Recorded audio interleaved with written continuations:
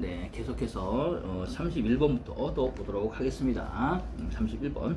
다음 중 목재의 무늬를 아름답게 나타낼 수 있는 재료를 냈어요. 목재의 무늬를 아름답게 나타내려면 어떻게 될까요? 목재의 결이 있어요. 그 결이 보여야지 아름답게 나타내잖아요. 그죠?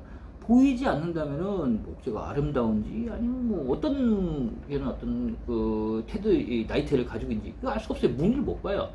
따라서 목재의 아름다움을 나타내려면 투명한 그런 재료로 해서 이렇게 발라줘야 됩니다. 섞지 않게끔 바른다라든가 이렇게. 따라서 이 문제는 너무너무 쉬운 문제예요. 유성 페인트 어때요? 나무가 있으면 나무의 결이 있는데 거기다 유성 페인트를 발라버렸어요. 빨간색으로 발랐다, 파란색으로 발랐다, 하얀색으로 발랐다, 검은색으로 발랐다. 안 보이잖아요. 그러면은 무늬를 볼 수 있나요? 없잖아요. 그죠? 당연히 그래서 유성 페인트는 아니에요. 그럼 수성 페인트는 어떠냐라는 거예요. 하얀색 수성 페인트를 한번 발라보세요. 나무의 결이 보이나요? 그게 안 보이잖아요. 따라서 수성 페인트도 아니에요.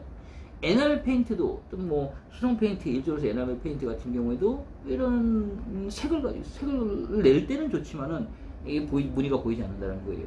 따라서 이 바니쉬 같은 것들, 이 바니쉬는 투명해요.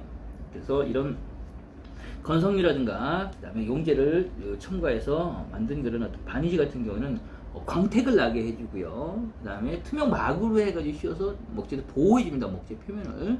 그래서 무늬가 그대로 나타나게 되겠죠. 그래서 음식점 가면은 밥상이 있어요. 밥상이 나무 원목으로 했다 할 때 원목에 겉에 칠해놓잖아요. 그 칠하는 게 바니쉬예요, 바니쉬. 그래서 여기서 목재의 무늬를 아름답게 나타낼 수 있는 재료는 바니쉬다. 바니쉬 칠을 했을 때는 투명하기 때문에 그대로 무늬를 볼 수가 있더라는 거에서 목보 도장할 때 사용되는 겁니다. 그래서 유성 바니쉬라든가 또 휘발성 바니쉬라든가 이런 종류가 있어요. 나머지 페인트는 관계가 없다. 페인트는 아니다라는 결론은 그거예요. 결론은 페인트는 투명하지 않으니까요. 다음 32번 문제. 연약한 점성토 집안 주상의 투수층인 모래말뚝을 다수 설치하여 그 토층 속에 수분을 배수하여 집안의 안밀 강화를 도모하는 공법.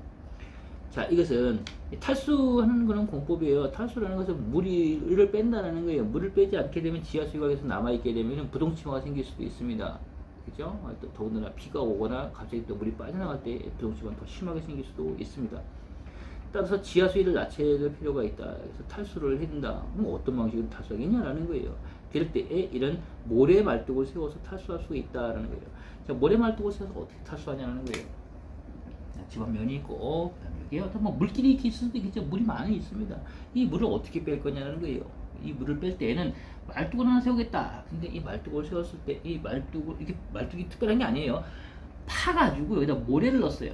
만약에 여기 점토질이고 이게 모래말뚝을 넣었다라고 할 때는 점토질은 물이 잘 이동을 하지 못하게 되겠죠. 그러나 점토 쪽으로는 잘 이동할 수가 있을 거예요. 이렇게 점토 속에서. 그럼 물이 계속 고이게 돼요. 여기서 얘를 배수하면 됩니다. 배수해놓으니까는 여기에 물은 없어지니까 탈수예요, 탈수.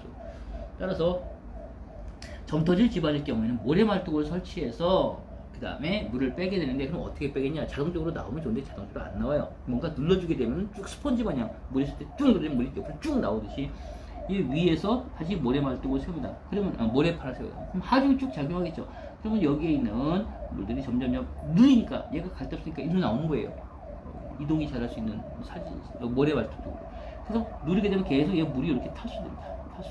이런 방식이 이제 우리가 이제 샌드 드레인 공법이라고 합니다. 그래서 연약한 점성토 집안의 주상의 투수층인 이렇게 기둥처럼 그 다음에 통할 수 있는 물이 들어올 수 있는 투수층 모래말뚝을 다수 여러 개를 설치합니다. 여러 개 설치를 하고 그 다음에 그 토층 속에 수분을 배서해요. 그 이 말뚝 쪽으로 수분이 와서 빼서 집안을 좀 누르는 역할을 하는 게 그것이 바로 샌드 드레인 공법이 되겠죠. 웰포인트 공법 같은 경우에는요, 구멍을 파는 거예요. 점토 집안에 있을 때 그냥 구멍을 파요. 이렇게 구멍을 파가지고 이렇게 파놓고 물이 모이게 되면 얘를 빼내는 거예요. 그런 것이 바로 이제 웰포인트 공법이에요. 우물 모양으로 만들어 놓은 거예요.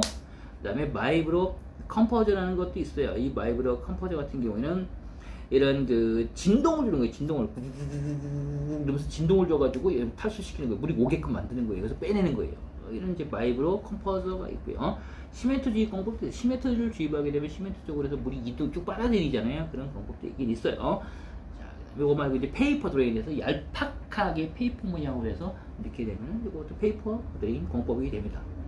자, 여기서 얘기하는 것은 어쨌든 모래말뚝을 설치한다. 그래서 모래말뚝을 통해서 그다음 다시 배수된다, 탈수시킨다 라는 그런 공법을 물어보는 거니까 얘는 답은 1번 샌드 드레인 공법이 됩니다. 우물 모양으로 해서 모래 구덩이를 만들어서 그 안에서 물을 탈수시킨다라고 하면 이제 웰 포인트 공법이 되겠죠. 자, 답은 1번이었어요. 답은 1번이었고 32번 문제였어요. 다음 페이지 넘겨볼까요? 다음 문제 33번 문제. 개선이 있는 용접 부위 양끝의 완전한 용접을 하기 위하여, 이거는 이제 용접에 관한 문제네요. 용접하기 위하여 모재의 양단에 부착하는 보조 강판을 했어요. 이것도 문제, 이건 단골 문제예요. 단골 문제. 그래서 뭐 뒷댐제라든가 엔드탭이라든가 여기도 뭐 지문에도 나오지만 스케일업이라든가 이런 것들 많이 나옵니다. 문제는 항상 흔하게 나오는 거니까요. 그래서 보면은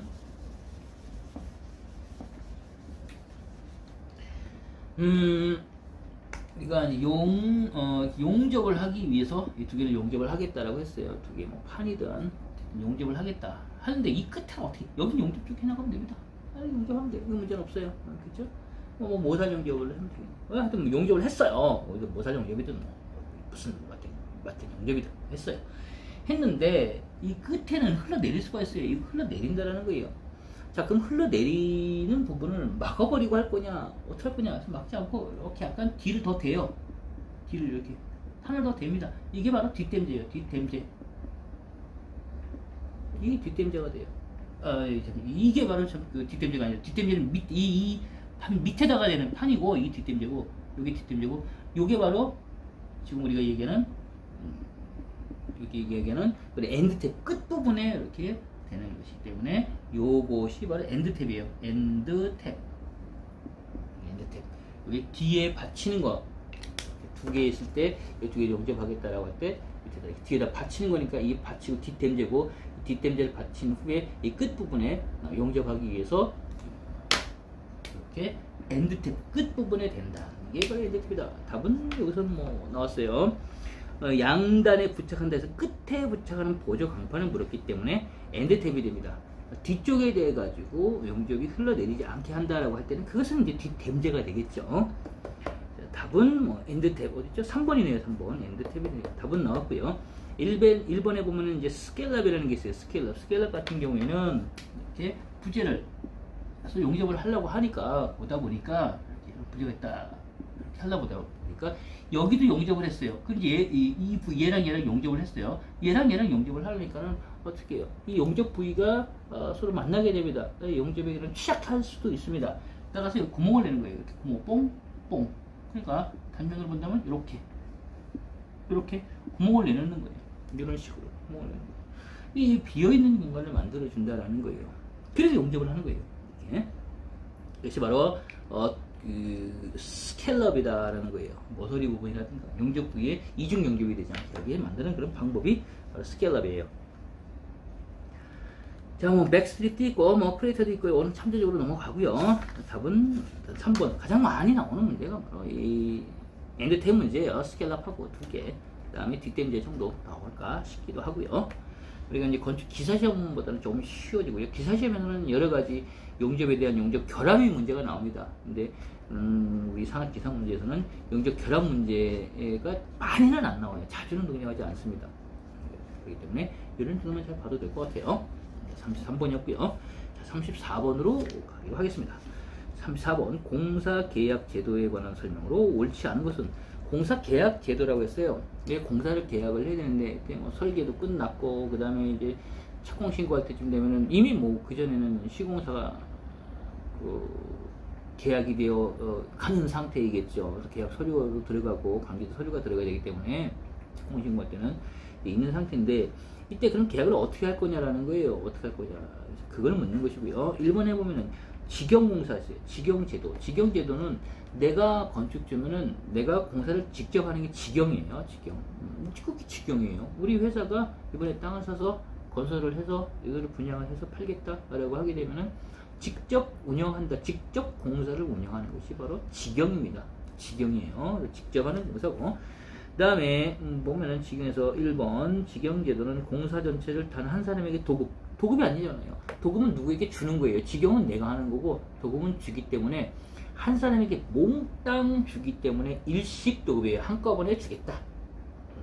당신한테 주겠다 해서 일식 도급이기 때문에 답은 1번이에요. 옳지 않은 것을 고르라고 했으니까요. 따라서 지경제도는 공사 전체를 직접 실행하는 제도고, 그 다음에 일식 도급 같은 경우에는 공사 전체를 단 하나의 도급자에게 도급을 주는 그런 형식이 일식 도급이다라는 거예요. 근데 일식 도급을 줬을 때 잘할 수도 있어요. 사람이 종합 건설을 하면서도 뭐 토목, 그 다음에 건축이라든가 또 내부에 들어와서 뭐 다양한 그런 여러 가지 공종들이 있어요. 공사 종류들. 이런 것들에 경험이 많아가지고 또 인력도 잘 확보되어 있으면 문제가 없는데, 근데 토목 건축만 하기 때문에 토목도 아닌 것 같고, 예를 들어서 그 다음에 건축 중에서도 건축 공종 중에서도 뭐 여러 가지 공종 중에서 전문적이지 않은 것도 있어요. 주력하는 것 이외에. 그럼 그런 거는 어떻게 하겠냐? 따로따로 주겠다 할 수도 있고, 전문 공종별로 해가지고, 또는 그냥 뭐 따로따로 주는 거 복잡하니까 당신 회사하고 또 다른 전문적인 토목이라든가 이런 회사가 있느냐 해서 있으면 공동으로 들어와라 하면 공동으로 도급 주는 경우도 있습니다. 이게 이제 공동 도급이에요. 그래서 이제 분할해서 주기도 하는데, 그때 두 번째 보면 분할 도급이네요. 분할 도급은 전문적인 공사는 분리하여 전문 업체에게 준다는 거예요. 당신은 토목, 당신은 건축, 당신은 뭐 이렇게 하나씩 떼어주는 그런 형식이 되는 것이 바로 분할 도급이 되겠죠. 이 분할 도급은 맞는 얘기예요.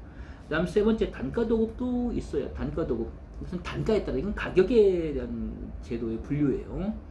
단가를 정해 놓는 거예요. 얼마, 뭐는 얼마에 건축에서 뭐는 공종 얼마. 그리고 그 단가를 정한 후에 공사 수량에 따라서 도급 금액을 산출을 하는 겁니다. 단가가 얼마니까 예를 들어서 뭐 1일 단가를 치든 뭐 주 단가를 치든 단가를 쳤어요. 그리고 이 공사에 공사 단가를 쳤어요. 그것이 곱하기 며칠이라든가 몇 주라든가 또 이렇게 해서 정해놓는 거예요. 그럼 곱하기 하게 되면은 전체 금액이 나오겠죠. 도급 금액을 정할 수가 있어요. 그래서 단가를 정하고 도급 금액을 정하는 그런 순서가 단가 도급이에요. 그 다음에 네 번째는 정액 도급에서, 정액 도급은 도급 전액을 일정액으로 정해서 계약한다. 이것은 위에 단가 도급은 복잡할 수 있는데 정액 도급은 복잡하지는 않아요. 이건 정해놓는 거예요. 그래서 이 도급액은 예를 들어 공사비는 예를 들어서 100억짜리다 딱 정해놓는 거예요. 위에 것 단가 도급 같은 경우에는 공종 하나하나에서 따져가지고 이건 1억이고 1억 곱하기 뭐 10, 그 다음에 뭐 5천만 원 곱하기 뭐 20 이렇게 할 수도 있는데, 이런 정액 도급은 전체 100억짜리다는 100억 딱 정해놓고 100억으로 계약을 하면 그냥 끝나는 거예요. 그리고 공사하는 업체가 그 도급 받은 자가 그대로 그 가격에 맞춰서 하면 되는 겁니다. 잘 하게 되면은 뭐 많이 남을 수도 있고요. 만약에 잘못하게 되면은 손해가 날 수도 있겠죠. 그러다 보니까 손해가 날 것 같으면 자꾸 뭔가 더 요구를 하는 경우가 있어요. 그래서 공사가 기간이 길어지거나 또 추가 공사비가 들어갈 경우도 왕왕 있습니다.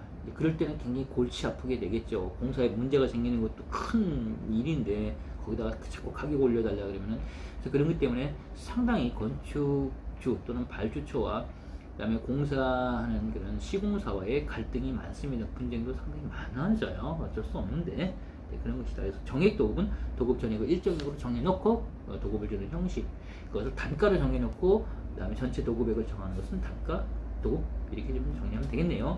그 다음에 한 도급업자에게 줄 때, 도급자에 받는 자에게 줄 때는 그것은 일식, 나눠서 준다라고 할 때는 전문 공조면에 할 때는 분할 도급, 이렇게 정리하면 되겠네요. 공동도급은 여러 회사가 뭉쳐가지고 들어올 때 공동도급이에요. 답은 어쨌든 1번입니다. 옳지 않은 것은 1번이었고요. 자, 다음 문제로 넘어가 보기로 합니다. 골재의 함수 상태에 관한 설명으로 옳지 않은 것을 했어요. 골재의 함수 상태에 관한 설명으로 옳지 않은 것을. 아주 예전에는 이거 문제 잘 안 나왔는데요. 최근 몇 년에 이렇게 문제를 걸쳐본다면은 요건 단골 문제가 됐어요. 단골 문제.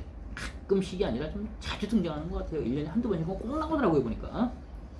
자, 골재의 함수 상태에 관한 설명으로 옳지 않은 것은 했는데, 젖은 그런 땅이라든가 또는 강가에 있는 돌을 그대로 가지고 왔어요. 걔는 계속 물하고 만약에 접촉이 돼 있다, 물 속에 있다라고 할 때는 이 골재 속에는 굉장히 많은 물이 침투되어 있을 거예요. 지금 함수율이 높을 거예요. 근데 그것이 아니라 그냥 저기 강가 멀리라든가 또는 표면에 그대로 노출되어 있어서 그냥 햇빛에 말라요. 얘는 굉장히 건조된 상태일 거예요. 그럼 건조된 상태일 때 물을 뿌리면 얘가 물을 쓱 스며들어서 먹어버리게 됩니다. 그래서 우리가 강가 같은 데에서 아주 더운 여름날 바싹 마른 돌에다가 물 가져서 물을 쑥 뿌리게 되면 금방 말라버리잖아요. 그리고 우리가 젖은 발로 딱 발대면 발자국이 생겼다가 딱 띄우면 금방 말라버리게 되겠죠. 근데 물속에 있는 젖은 돌을 빼와가지고 그냥 놔둬보세요. 빨리 안 마릅니다. 표면은 또 금방 말라요. 햇빛에 표면은 마를 수도 있어요. 근데 그 속에는 빨리 안 마른다는 거예요.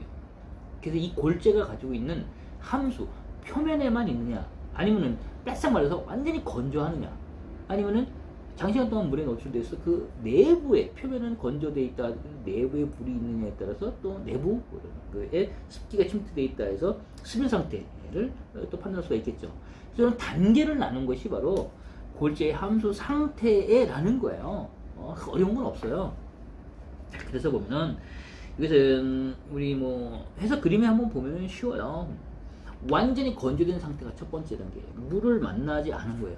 또 물이 있다 하더라도 얘가 장시간 동안 그냥 그대로 건조되어 있는 상태면 바싹 마른 돌, 바싹 마른 그런 골재, 바싹 마른 흙, 이런 것들이 바로 절대 건조 상태입니다.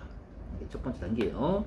그리고 두 번째 이제 껍데기는 공기 중에는 그대로 건조가 되어 있어요. 껍데기는 건조가 되는데 그 안쪽에 일정한 깊이 안에만 이렇게 물이 있는 상태도 있습니다.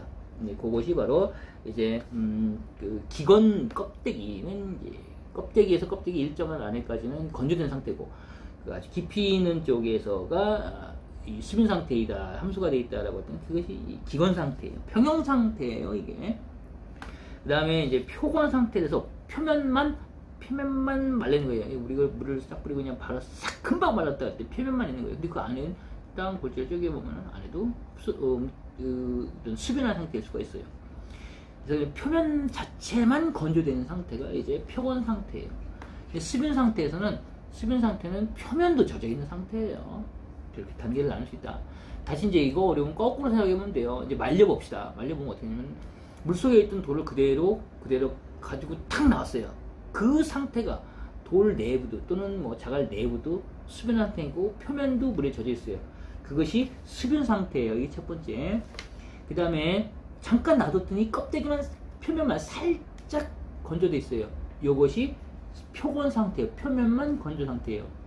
1시간이든 2시간이든 그대로 놔두고 하루나 이틀 정도 놔뒀어요. 그랬더니 표면에도 바싹 말려 있는데 안에 어느 정도까지, 어느 두께까지도 이제 건조한 상태로 갑니다. 그것이 바로 기건 상태예요. 평형 상태입니다. 그래서 동상 평형 상태로 있는 게 좋아요.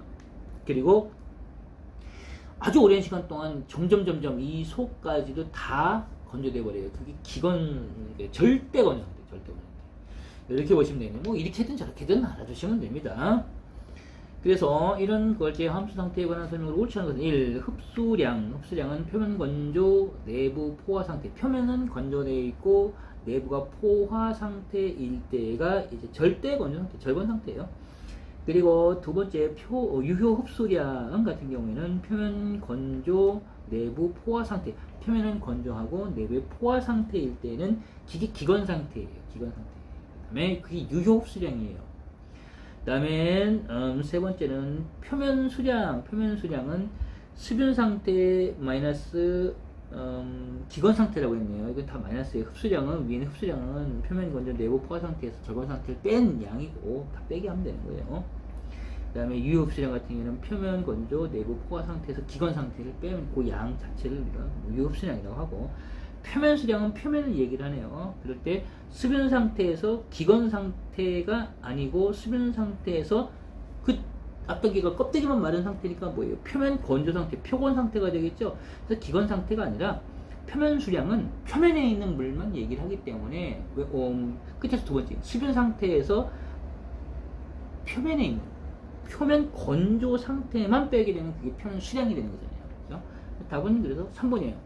표면 수량은 수변 상태에서 표건 상태이다. 표건 상태이다. 그 차이다. 자, 그리고 네 번째 함수량은 수변 상태에서 절건 상태일 때 그 전체가 함수량이에요. 그래서 여기 아래에 다 해설해 보면은 단계별로 해서 절건 상태와 기건 상태의 차이는 기건 흡수량, 그 다음에 기건 상태와 표건 상태 같은 경우 유효 흡수량, 그 다음에 절건 상태에서 표건 상태까지 갈 때는 흡수량이고, 그 다음에 절건 상태에서 수분 상태, 이건 전체 흡수량, 이때 함수량으로 얘기를 합니다. 자, 답은 3번이었어요. 찾아갈 수 있겠죠. 그 다음 36번. 메스 콘크리트 공사 시에 콘크리트 타설 시, 콘크리트 타설에 관한 설명을 옳지 않은 것을 했어요. 메스 콘크리트는요, 엄청나게 덩어리가 큰 거예요. 넓은 면이 두껍게 설치는 거예요. 따라서 그만큼 시멘트량이 많아요. 따라서 열량이 굉장히 많아져요. 굉장히 열이 많아져요. 따라서 온도를 높이면 안 됩니다. 온도를 낮춰줘야 됩니다. 그게 가장 기본적인 게 제일 많은 문제 나와요. 그래서 1번에 보면은 메스 콘크리트 타설 시간의 간격은 균일 제어의 관점으로부터 구조물의 형상과 구조 조건에 따라서 적절히 해야 된다. 적절하게 타설하라는 거예요. 한꺼번에 너무 많이 타설하지 말라는 거예요. 그 다음 두 번째, 온도 변화에 의한 응용은 신고 콘크리트의 유효 탄성 계승, 온도 차이가 크면 클수록 커지므로 신고 콘크리트 타설 시간 간격을 지나치게 길게 하는 일은 피해된다. 너무 길게 또 타설하지 말라. 한꺼번에 타설해도 안 되지만 그런 것이고, 그 다음에 세 번째, 메스 콘크리트의 타설 온도는 온도 균열을 제어하기 위한 관점에서 볼 때는 평균 온도 이상으로 가야 된다. 자, 콘크리트량이 많다, 시멘트량이 많아요. 그럼 열이 많아진다는 거예요. 발열량이 많아진다, 옳지 않다는 거예요. 따라서 발열량을 줄여야 됩니다. 따라서 평균 온도 이상이 아니고 평균 온도 이하로 갖게 해서 타설을 해도 열이 많다는 거예요. 따라서 평균 온도 이하로 가져가야 된다는 거예요. 잘못된 것은 요거죠. 항상 근데 문제 나오면 얘가 나와요. 그래서 그대로 한번 알아두면 어려운 거 없어요. 그럼 네 번째, 메스 콘크리트 균열 방지 및 제어 방법으로는 팽창 콘크리트 사용에 의한 균열 방지, 균열이 일어날 수 있으니까 균열 방지를 해야 된다는 그 이야기고, 또는 수축 온도 철근 배치를 해서 균열이 일어나지 않으면 잘 붙잡아 두라는 거예요. 팽창되는 것도 생각을 해라. 양이 많으니까 그만큼 팽창이 많이 될 수 있다는 거예요. 그래서 요 36번의 문제는 메스 콘크리트의 문제였고, 상시 나오는 이야기는 3번이다. 열량이, 발열량이 많다. 그 발열량을 줄일 수 있는 방안을 채택을 해줘야 된다. 이게 요점이에요, 요점. 자, 36번은 3번이었고요. 그 다음에 37번 문제로 가기로 하겠습니다. 굳지 않은 콘크리트의 치갑에 관한 설명으로 옳은 것을 했어요. 굳지 않은 콘크리트의 치갑, 콘크리트 타설하고 있어요. 아직 안 굳었어요. 계속적으로 타설을 하고 있으니까 어딘가에 압력이 늘어나니까 측면에서 압력이 늘어난다는 거예요. 그러면 측면에서 이렇게 거푸집이 있고요. 그러면 계속 콘크리트를 타설을 하게 되면 점점 이제 압력에 의해서 밑에는 상관없는데 쭈르르 타설하고 높이까지 올라오게 되면 이 밖으로 밀려날 수가 있어요. 이 치갑이 커진다는 거죠. 그때 치갑에 관한 설명이에요. 어떻게 하면 얘가 치갑이 커지냐, 어떻게 하면 줄어지냐, 이 이야기를 하는 겁니다. 1번, 슬럼프가 클수록 치갑은 크다. 슬럼프 우리가 시험체에 넣고 그 다음에 놨을 때 이렇게 주르륵 흘러내려서 갈 때에 흘러내린 높이가 이제 슬럼프 값이고, 높이가 높다라고 할 때는 무른 거예요. 즉 물굴수록, 물고게 되면 얘가 잘 이동을 해가지고 가게 돼요. 따라서 이렇게 거푸집이 있으면 여기다가 쭉 타설을 했을 때 물으면 얘가 잘 이동을 해가니까 자꾸 밀어내게 되는 힘이 더 커집니다. 되는 것보다. 따라서 물굴수록 치갑은 커집니다. 그래서 슬럼프가 크다, 묽다, 이것은 치갑이 크다. 이게 맞는 거예요. 옳은 것을 찾으라고 했잖아요. 이것은 맞고요. 1번이 답이에요. 2번 같은 경우는 타설 속도가 빠를수록 치갑은 작아진다. 타설 속도가 빠르다는 건 뭐예요? 빨리빨리 타설한다는 거예요. 천천히 좀 넣고 그 다음 천천히 이렇게 되면은 치갑은 조금씩 줄어들게 돼요. 왜? 넣는 사이에 잠깐씩 굳어지기 시작을 하니까 이미. 그러나 굉장히 빠른 속도로 넣게 되면은 빠른 속도로 넣는 거예요. 우리가 밥을 먹을 때 빠른 속도로 숟가락이 계속 입으려면 그냥 빡빡빡 차잖아요. 따라서 압력은 커진다는 거예요. 타설 속도가 빠를수록 치갑은 작아지는 게 아니라 커진다는 거예요. 계속 빨리 밀어넣게 되면. 따라서 작아진다가 아니라 크다. 틀린 거. 그 다음에 세 번째, 온도가 높을수록 치갑은 커진다. 온도가 높으니까 팽창할 것 같은데 그것보다는 온도가 낮을수록 치갑은 커지게 됩니다. 온도가 높게 되면 빨리 보양이 돼요. 근데 높을수록 그런 치갑 자체는 그렇게 작아지는데, 온도가 낮게 되면서 이 시간이 두고 계속 압력이 밀고 나갑니다. 나가다 보니까는 온도는 낮을수록 치갑은 커지게 됩니다. 네 번째, 벽 두께가 얇을수록 치갑은 커진다. 벽 두께가 두꺼우면은 타설할 때 굉장히 중간에 넣는 양생이 되니까 여유가 있어요. 그러나 이 얇고 높다라고 할 때는 타설할 때 옆으로 밀어내는 힘이 더 강하게 작용할 수도 있습니다. 따라서 얇으면은 벽 두께가 얇을수록 치갑은 반대네요. 작아지는 거지. 높으면은 타설량이 많으니까 밀고 나가는 힘이 커지는데 얇으니까 때는 그 타설되는 양이 적잖아요. 그러니까 적어지는 거지. 적어지는 거죠. 그래서 벽 두께가 두꺼우면 두꺼울수록 이 콘크리트 타설되는 양이 많아지고 그것이 물게 되면 더 치감은 커지게 되는데 얇고 약간 무르지 않은 수담값이 작은 것으로 하게 되면은 그만큼 치감은 덜 생기게 됩니다. 따라서 얇은 벽체 같은 경우는 좀 묽지 않은 그런 상태로 해서 시간을 좀 줄여가지고 천천히 타설을 그렇게 하면서 하는 것이 훨씬 더 효과적이에요. 그래서 37번의 답은 1번이었어요. 맞는 것은 1번이고 나머지는 옳지 않은 설명이니까요. 또 한 번씩 잘 보아두십니다. 38번 문제로 넘어가기로 할게요. 38번 목재의 일반적인 특징에 관한 설명으로 옳지 않은 것은 했어요. 목재의 일반적인 특징. 목재는 뭐 우리는 뻔하죠. 가공성 좋습니다. 근데 불에 타요. 그게 문제예요. 또 썩어요. 썩지 않게 하기 위해서 우리가 방부를 해야 됩니다. 방부를 하지 않으면 나중에 뭐 벌레, 해충 이런 것들이 있어서 그러니까 기둥 같은 게 오래 놔두게 되면 또 물에 접촉을 하게 되면은 얘도 또 썩어요. 그죠? 이런 것들 습기에 노출되면은 그런 것들이 굉장히 유의해야 되기 때문에 사실은 목재를 사용할 때는 습기가 많고 물기랑 접하는 데는 안 사용하는 게 좋습니다. 그래서 건조한 데라든가 또 물기가 있으면 물기로부터 좀 거리를 띄워가지고 이격시켜가지고 여기 목재를 사용하면 그래도 괜찮겠죠. 점점 저렴하고 가공하기 쉽고 이쁘니까요. 자, 그런 아주 기본적인 특성만 알고 있으면 이 문제도 쉽게 맞출 수 있는 문제예요. 1번 보면은 장대재를 얻기 쉽고 장대재 뭐 길고 이런 것들을 얻기 쉬워요. 이거는 콘크리트 같은 경우는 인장력이 약하지만 인장력도 어느 정도 또 압착력도 가지고 있기 때문에 사실은 그 목재는 긴 그런 부재를 얻을 수 있다는 그런 특성을 가지고 있어요. 그래서 다른 구조에 비해서 또 가볍고요. 철보다 가볍잖아요. 콘크리트가 훨씬 가볍잖아요. 가볍다. 가공하기도 쉽고요. 또 거부집은 필요 없잖아요. 짜맞추기도 쉬워요. 다음 두 번째, 열 전도율이 적음으로 방한 방사성이 뛰어나다. 열 전도율, 예를 들어 철제 같은 경우는 햇빛이 쨍 하고 비치게 되면 뜨거운데 나무 만지면 뜨겁지 않잖아요. 그죠? 그래서 열 전도율은 적습니다. 그리고 방한 방사에 뛰어나다. 한겨울에 철이라든가 철제에 있으면 손대면은 이게 굉장히 차가워요. 콘크리트도 마찬가지고. 근데 목재는 손대더라도 무진장 차갑고 그러지는 않아요. 자, 방한 방사성 뛰어나고요. 세 번째, 건습에 의한 신축 변형이 심하다. 얘는 목재가 축축한 상태일 때와 얘가 완전히 건조된 상태일 때 다르다는 거예요. 축축한 상태는 수직으로 서 있는 것 같은데 건조되면서 얘가 휘어요. 그러니까 변형이 심해요. 이것이 좀 문제되는 상태. 변형이 되면서 또 갈라지게 됩니다. 틈이 생기게 돼요.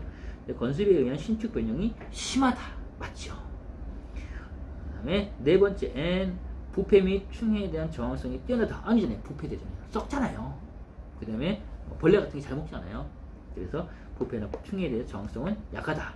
이 문제도 그냥 맞추시오라는 점수 관리해주는 문제네요. 39번에서는 공사기간 단축 기법으로 주공정상의 소요 작업 중 비용 부배가 가장 작은 단위 작업부터 단축해 나가는 것을 했어요. 공사기간이 길면 길수록 그만큼 비용이 많이 나가게 됩니다. 그럼 비용을 절감할 수 있는 방법은 무엇이냐는 거예요. 그 절감하는 방법을 찾으라는 거예요. 그럴 때 여러 가지 방법도 있는데 어떤 기법 중에서 하나가 공사 기간도 길고 비용도 많이 드는 그것들을 기다렸다가 다 끝날 때까지 기다렸다가 공사비도 좀 적고 빨리빨리 끝낼 수 있는 걸 하게 되면 그만큼 공사가 딜레이 될 수가 있겠죠. 그러니까 공사 기간이 긴 것들은 천천히 비용도 많이 들고 공사 기간이 하고 공사비도 짧고 그냥 공사 기간도 짧고 그냥 간단한 단위 작업 같은 건 빨리빨리 해내는 거예요. 그럼 시간을 줄일 수가 있겠죠. 비용도 절약이 될 수가 있어요. 따라서 그렇게 아주 미니멈하게 비용을 줄이는 그런 방법이 뭐냐라는 거예요. 그게 MCX 기법이에요. 그래서 M은 미니멈이에요. 최소화. 그 다음에 C는 코스트겠죠. 그래서 비용을 최소화하는 그런 기법을 얘기합니다. 그래서 최소 비용을 해서 일정을 단축할 수 있는 기법에서 미니멈 커스트 엑스페디션에서 최소 비용 일정 단축이라는 기법이에요. MCX 기법이에요. 이거는 그냥 그대로 외워둬야 됩니다. 이건 어쩔 수 없어요. 외워둬야 됩니다. 그래서 주공정상에서 비용 부배가 가장 낮은 그런 요소부터 시간을 단축해서 공사를 끝내놓는 그런 방법이 바로 MCX 기법입니다. 그래서 그냥 간단하게 정리를 해주시면 되겠네요. 특별한 거 없고 나머지는 뭐 이전에도 얘기했고 하니까 넘어가기로 할게요.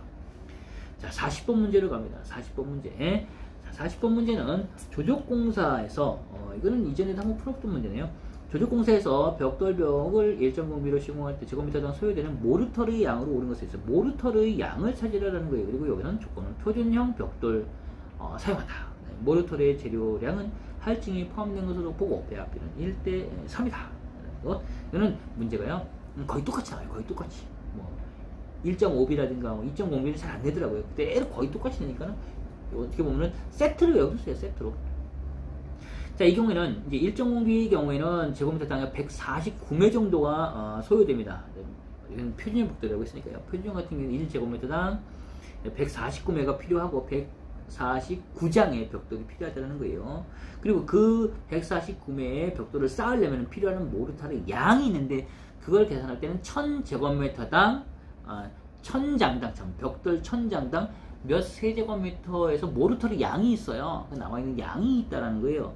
그래서 표준형 같은 경우는 1000장당 약 0.33 세제곱미터의 모르터르 양이 필요합니다. 그래서 쉬워요. 149매라고 했으니까요. 149매가 필요하고 곱하기 1.0비일 때 149매 필요한 거예요. 곱하기 그 다음에 1000장당 좀 나누기죠. 1000장당이니까 나누기 1000을 해야 돼요. 나누기 1000 곱하기 1000장당이라고 했으니까 곱하기 0.33 하면 돼요. 똑같은 이제 개념을 해서 149 곱하기 1000분의 0.33 하면 됩니다. 그렇게 해도 돼요. 149 그 다음에 1000장당이니까 1000분의 그 다음에 0.33만큼 0.33 세제곱미터니까 1000 안 쓸게요. 암산을 해도 되고 뭐 있으니까 149 곱하기 1000분의 0.33에서 그대로 따져내게 되면 0.0491 정도가 나옵니다. 여기 0.049 이거 근데 달리는 게 아니라 항상 요 답이에요. 0.04구가 됩니다. 잘 보시고 혹시 문제에서 1.0비가 아니라 1.5비로 나왔을 때는 0.33이 아니라 0.35를 곱하면 됩니다. 그것만 알아도 이건 사실 풀 수가 있는 문제네요. 이거는 간결하게 해결할 수 있는 그런 문제였습니다. 오늘 꼭 외워두세요. 그대로 외워두셔야 됩니다. 자, 이렇게 해서 이제 2019년 3회차까지 풀어봤습니다. 여러분들 시험 올해 또 가을에 볼 수도 있고 올해 또 못 본 사람은 내년에 또 초에 3월달인가 되나요? 볼 수가 있겠죠. 자격증 꼭 따두세요. 이거는 필수적으로 따둬야 됩니다. 당장 필요할 것 같지 않은데 언젠가는 필요할 때가 있어요. 그때를 위해서 따는데 직장 생활하면서 자격증을 따기가 힘들어요. 그러니까 시간이 될 때 열심히 공부해서 꼭 따두길 바랍니다. 이번 시간에 여기서 마치도록 하겠습니다.